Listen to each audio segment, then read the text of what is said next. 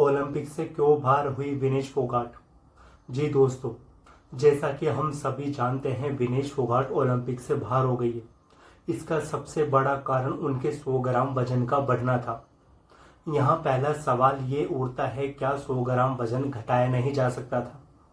दूसरा सवाल ये उठता है कि वजन मापने के लिए क्या नियम है। तीसरा सवाल ये है कि क्या 1 ग्राम ज्यादा वजन भी गोल्ड छीन सकता है। आपके इन्हीं सवालों का जवाब देने के लिए मैं अर्जुन आर्य यूट्यूब चैनल में आपका हार्दिक स्वागत करता हूँ। ये बात है 7 अगस्त 2024 की, जब विनेश फोगाट का 50 किलो कैटेगरी में उनका मुकाबला अमेरिका की सारा हिल्डेब्रांड से होना था। लेकिन जब सुबह विनेश फोगाट का वजन किया गया तो वजन 50 किलो से 100 ग्राम ज्यादा मिलता है, जिसके कारण विनेश फोगाट डिस्क्वालीफाई हो जाती है। यदि आप भी ओलंपिक में जाना चाहते हैं और गोल्ड जीतना चाहते हैं तो आपको पहले ओलंपिक के नियमों को समझना पड़ेगा। पहला सवाल ये उठता है, कितने खेलों में खिलाड़ियों की वेट कैटेगरी होती है। ओलंपिक में प्रमुख रूप से 3 खेलों में वेट कैटेगरी होती है, वेट लिफ्टिंग, बॉक्सिंग और रेसलिंग। रेसलिंग में महिलाओं और पुरुषों के लिए अलग अलग 6 वेट कैटेगरी होती है, जो आप स्क्रीन पर देख सकते हैं। Vinesh Phogat 50 kilo weight category में खेल रही थी। दूसरा सवाल ये उठता है, रेसलिंग में वजन मापने के लिए क्या नियम है, जिसमें विनेश फोगाट फेल हो गई। जी दोस्तों, रेसलिंग में वजन मापने का एक पूरा प्रोसेस होता है। हर वेट कैटेगरी की रेसलिंग प्रतियोगिता 2 दिन तक चलती है, यानी जो भी पहलवान फाइनल में पहुंचेगा उसका वजन 2 दिन मापा जाएगा। पहले दिन के खेल से पहले सुबह पहलवानों का वजन मापा जाता है। इस दौरान उन्हें 30 मिनट का समय मिलता है। वे जितनी बार चाहे तराजू पर चढ़ सकते हैं। पहले दिन विनेश फोगाट का वजन 50 किलो के अंदर ही था। दूसरे दिन की प्रतियोगिता में शामिल होने वाले पहलवानों का वजन सुबह फिर मापा जाता है। दूसरे दिन सिर्फ 15 मिनट मिलते हैं। इस दौरान वे जितनी बार चाहे तराजू पर चढ़ सकते हैं। दूसरे दिन विनेश फोगाट का वजन 50 किलो से 100 ग्राम ज्यादा आ गया। वजन मापने के दौरान पहलवान सिर्फ सिंगलेट पहन सकते हैं, यानी वह ड्रेस जिसे पहनकर कुश्ती की जाती है। वजन का मापन यूनाइटेड वर्ल्ड रेसलिंग के अफसरों के द्वारा किया जाता है। इस पूरे प्रोसेस में वीडियो रिकॉर्डिंग की जाती है और इन अफसरों की सहमति के बाद ही कोई खिलाड़ी रिंग में उतर सकता है। तीसरा सवाल ये उठता है, क्या वजन मापने से पहले एथलीट अपना वजन घटा नहीं सकते। तो इसका सीधा सा जवाब है, बिल्कुल घटा सकते हैं। पहले भी कई खिलाड़ियों ने ऐसा किया है। एक बार इंडियन बॉक्सर मैरी कॉम ने पोलैंड में आयोजित बॉक्सिंग टूर्नामेंट में 4 घंटे में 2 किलो वजन घटाया था। तब उन्होंने 1 घंटे तक स्किपिंग की थी और गोल्ड मेडल जीता था।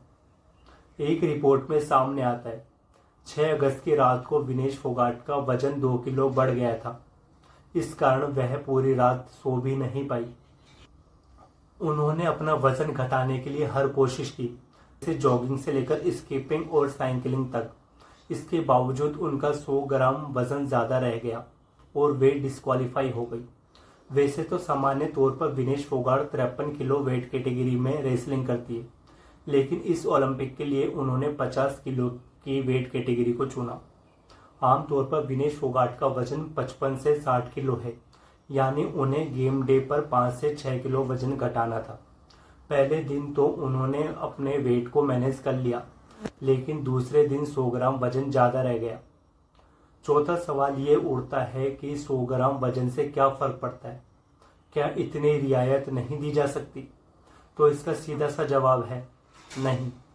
खेलों की दुनिया में खास तौर पर ओलंपिक में 10 ग्राम वजन भी मायने रखता है।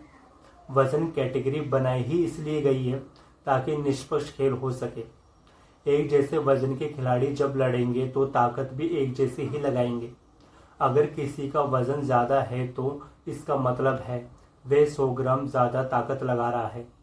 पांचवा सवाल ये उठता है, क्या ज्यादा वजन आने पर खिलाड़ी अपने वजन से ऊपर की कैटेगरी में खेल सकता है या नहीं। तो इसका सीधा सा जवाब है जी हाँ, कोई खिलाड़ी अपने तय वजन से ज़्यादा होने पर अगली 2 कैटेगरी में खेल सकता है। इसके लिए उन्हें अपने वजन से 1 ग्राम वजन ज़्यादा दिखाना होगा। लेकिन आपको बता दें, विनेश फोगाट के केस में ऐसा नहीं होगा, क्योंकि ओलंपिक में कौन सा खिलाड़ी किस वेट कैटेगरी में खेलेगा यह पहले से तय होता है। यानी विनेश फोगाट ज़्यादा वजन के चलते डिस्क्वालीफाई होने पर 50 किलो कैटेगरी के जगह 53 किलो कैटेगरी में कुश्ती नहीं लड़ सकती। छठा सवाल यह उठता है कि रेसलिंग में खिलाड़ी किस वेट कैटेगरी में खेलेगा, यह कैसे तय होता है।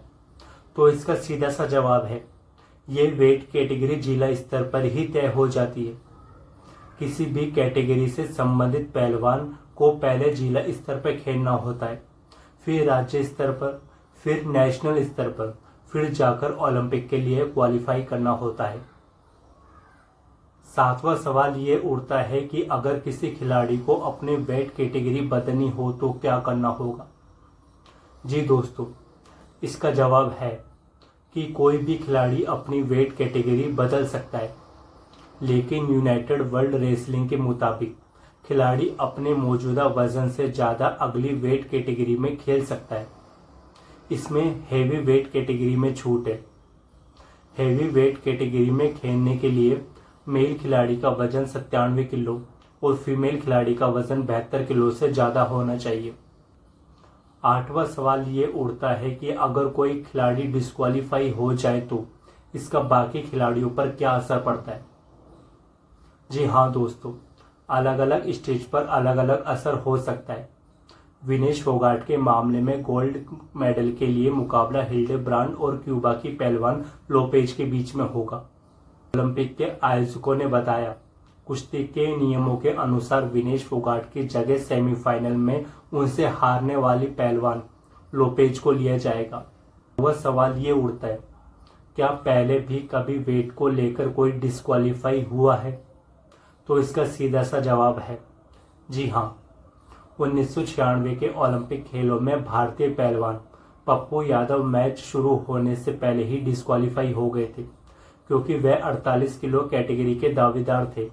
लेकिन ट्रायल मैच जीतने के बाद वजन मापने पर उनका वजन ज़्यादा निकला। उन्हें ओलंपिक में कोई भी मैच नहीं खेलने दिया गया। 10वां सवाल ये उठता है, क्या विनेश फोगाट को फिर से खेलने का मौका मिल सकता है। तो इसका सीधा सा जवाब है नहीं। ओलंपिक के नियमों के मुताबिक एक बार डिस्क्वालीफाई होने के बाद कोई भी खिलाड़ी दोबारा नहीं खेल सकता। इसलिए विनेश फोगाट पेरिस ओलंपिक में आगे नहीं खेल पाएगी।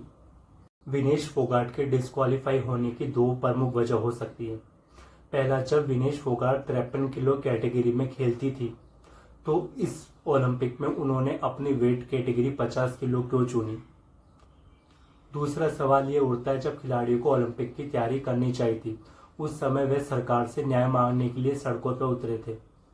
तो क्या ये एक सरकार की लापरवाही नहीं थी कि उन्होंने ओलंपिक स्तर के खिलाड़ियों को समय पर न्याय नहीं दिया।